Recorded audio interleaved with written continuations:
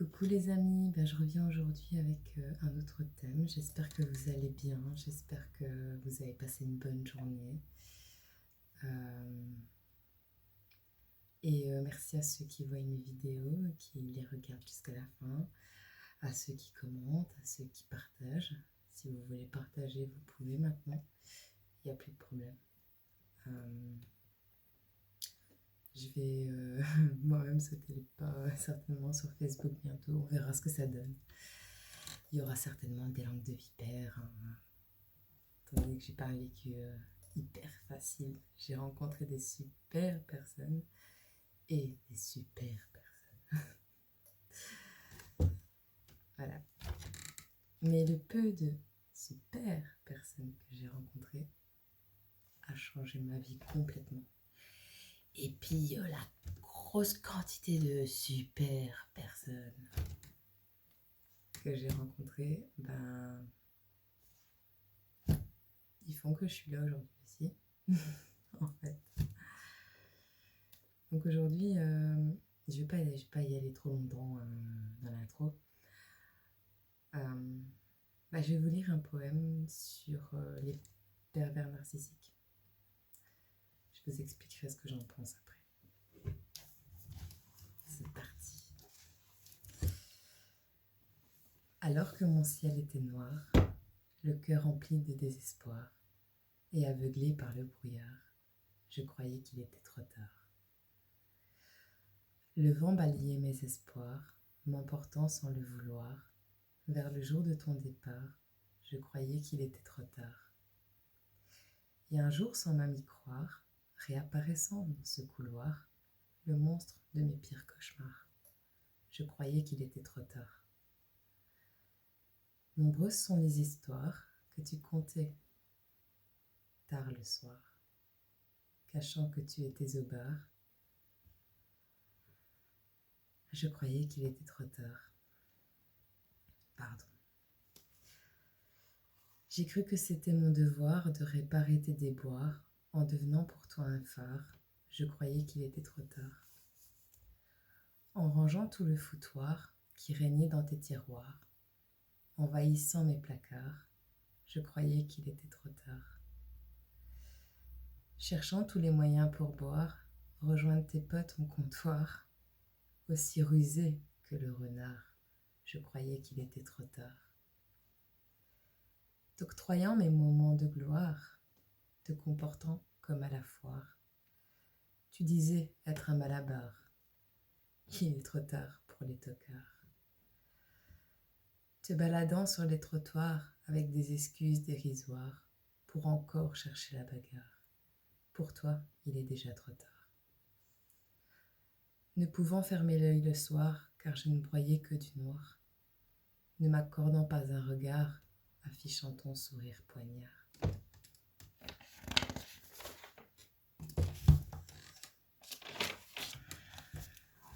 Et tous ces rêves prémonitoires qui me confèrent certains pouvoirs, me protégeant comme un rempart pour que je traverse le brouillard. Je ne cherche pas la gloire, je pense juste que c'est mon devoir, que tu trouves mes mots par hasard, séchant tes plaies comme un buvard.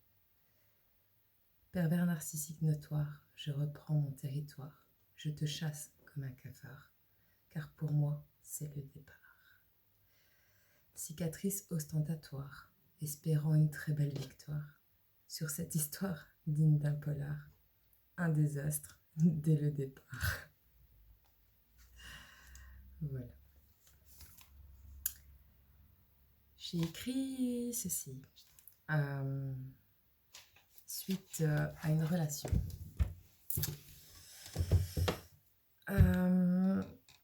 Je ne vais pas dire que c'est à cause de cette relation que j'ai tout perdu, mais ça a été le point de départ d'une fameuse chute.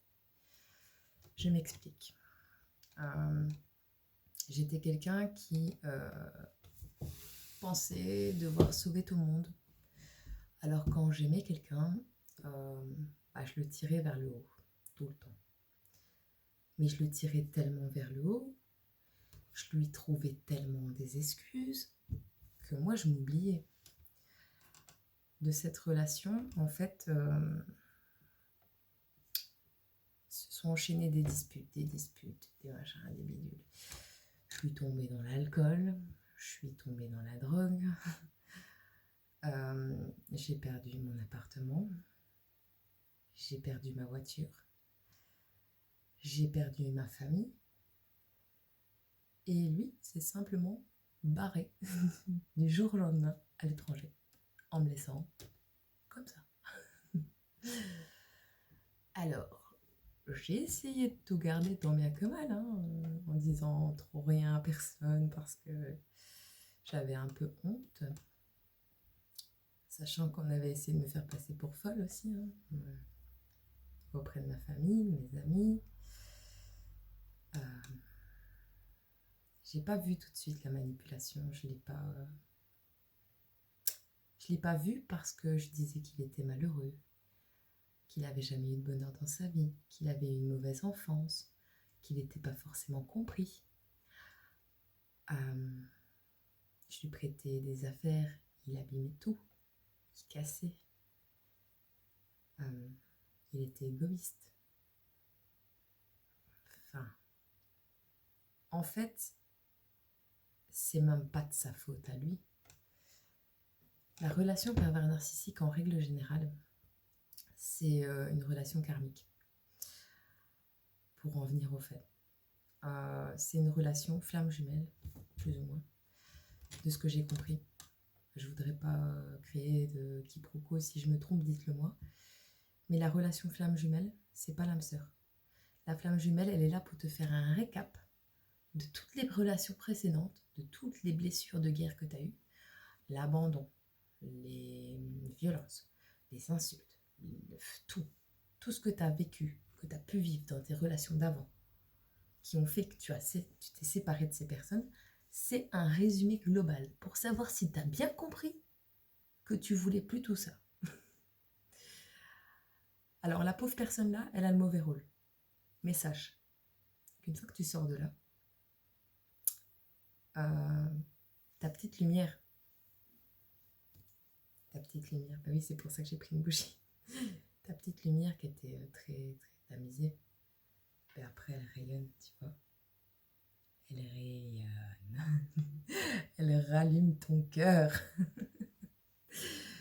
Et cette petite flamme que tu as à l'intérieur, il faut la protéger. Et une fois que tu vois que la relation, elle est néfaste, ta petite flamme, tu la protèges. Le vent, il peut être turbulent, mais si tu la protèges bien, elle restera allumée. Et cette flamme, c'est ton espoir de t'en sortir. Parce qu'en fait, comment je vais t'expliquer ça? Tu sais, j'ai tout perdu. Oui, c'est entre guillemets de sa faute. Mais non, en fait, parce que c'est de la mienne. C'est moi qui ne m'aimais pas, qui ne me respectais pas, qui tolérait trop de choses, qu'il défendait toujours, en fait. Et plus tu donnes à quelqu'un, mais plus il prend, en fait. Tu vas pas reprocher à quelqu'un d'avoir pris ce que tu lui as donné. Tu comprends? Donc oui, c'est des choses qui peuvent être violentes à vivre, mais c'est pour quand même te faire te rendre compte que la seule personne qui peut t'aimer, c'est toi-même. Et une fois que tu as compris ça, tu sors de tout ça et tu n'acceptes plus. Tu n'acceptes plus qu'on ne te respecte pas. Tu n'acceptes plus de dire oui si c'est non. Tu vas pas dire oui, j'ai envie de toi, bah oui. Non, si t'as pas envie, t'as pas envie. L'homme qui t'aime, et si tu l'aimes vraiment aussi, ça arrivera quand ça arrivera. Et voilà, vous ferez des choses ensemble, vous évoluerez ensemble, que ce soit dans la carrière, dans la famille. On évolue ensemble. Il n'y en a pas un derrière, un devant. On est l'un à côté de l'autre. Si la personne avec qui tu es, tu as l'impression que c'est un boulet, ben remets-toi en question. Est-ce que c'est parce qu'il a des difficultés en ce moment ou c'est parce qu'il ne fait rien du tout pour aller mieux et qu'il attend que tu fasses tout à sa place? Est-ce que la relation avec qui tu es en ce moment, elle te tire vers le haut, elle te rapproche de ta famille, ou alors tu te sens seul. Mais encore une fois, c'est toi qui dois voir les choses.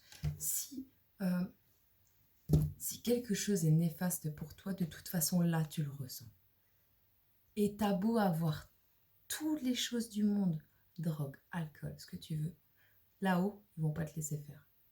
Ils vont dire, ah ouais, tu veux te détruire, bah, on va te faire tout perdre comme ça, t'auras plus qu'à remonter. N'attends pas d'arriver là parce que c'est compliqué.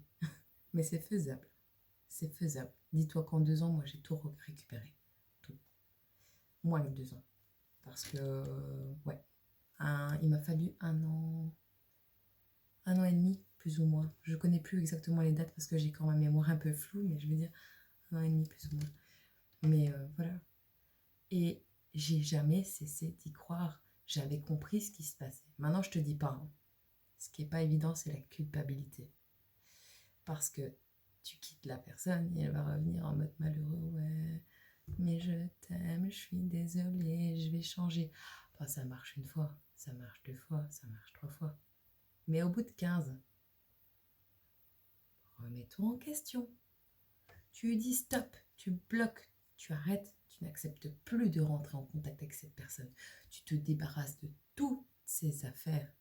Tu gardes que les meilleurs souvenirs que tu as passés avec, mais tu n'oublies pas les mauvais. Ça va te permettre de déculpabiliser et surtout de pouvoir avancer et évoluer dans ta vie. Il faut absolument que tu t'enlèves... pourquoi tu culpabiliserais de refuser qu'on te détruise? Pourquoi tu culpabiliserais de t'aimer, de vouloir te faire belle, de sortir et de t'habiller comme tu veux? Pourquoi tu culpabiliserais de te sentir bien? Non, non, non. Ces gens-là, ils ont le mauvais rôle. Faut pas leur en vouloir, vraiment. Il faut t'en vouloir un peu à toi-même un moment, te remettre en question, évoluer, te pardonner et pardonner à la personne. Parce que je l'ai entendu quelque part, je ne sais plus où, mais la vengeance, la colère, la rancune, c'est comme avoir une patate chaude dans les mains avec l'intention de l'acheter à quelqu'un. Bah, celui qui se brûle, c'est toi. Ça veut dire qu'en vouloir à quelqu'un te rend malade, toi. Donc tu dois absolument faire un travail. Les psychologues sont là pour... Il y a des numéros d'appel, d'écoute. Je ne sais plus te dire lesquels. Je les mettrai dans la barre d'informations. Comme ça, au moins, tu les auras. Mais il y a moyen de les trouver sur Internet si j'y pense pas le faire tout de suite. Mais il y a du soutien. Maintenant, dis-toi que ta propre famille, au bout d'un moment, quand elle essaie de te prévenir et qu'elle voit que plus elle te prévient, plus tu t'éloignes d'eux, en fait. Ils se disent, ça sert plus à rien de dire quoi que ce soit. Parce qu'on est en train de la perdre, la personne. Donc, ils prennent du recul. Mais le jour où tu reviens, voilà, j'ai compris, désolé, j'ai quitté la personne, je n'ai plus de contact avec. Pas, j'ai plus de contact avec, mais de temps en temps, je vais jeter le Facebook ou de temps en temps, je vais voir dans la rue si je le vois pas. Non, plus du tout. Je n'accepterai plus jamais d'avoir des contacts avec cette personne. Si je le croise, c'est bonjour, au revoir, trace ta route. Tes proches, ils vont voir ça, ils vont dire ça y est, elle a compris. Bon, maintenant, qu'est-ce qui se passe? Elle est dans la merde, on va l'aider. C'est ta famille. À moins que tes parents soient comme ça, ou tes frères, tes sœurs, ou je sais pas qui, ils viendront toujours t'aider, tout le temps. T'es leur enfant. C'est comme ça.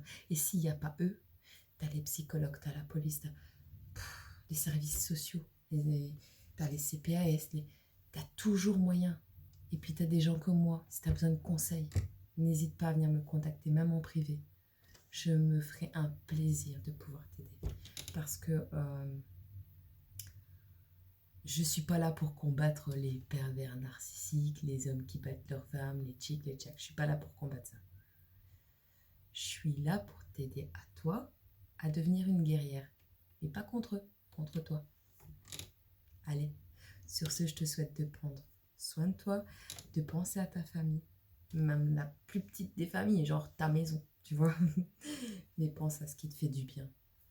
Et Profite de chaque instant parce que la vie, elle est trop courte pour avoir des regrets et apprends de chaque instant. Je vous aime fort, prenez soin de vous.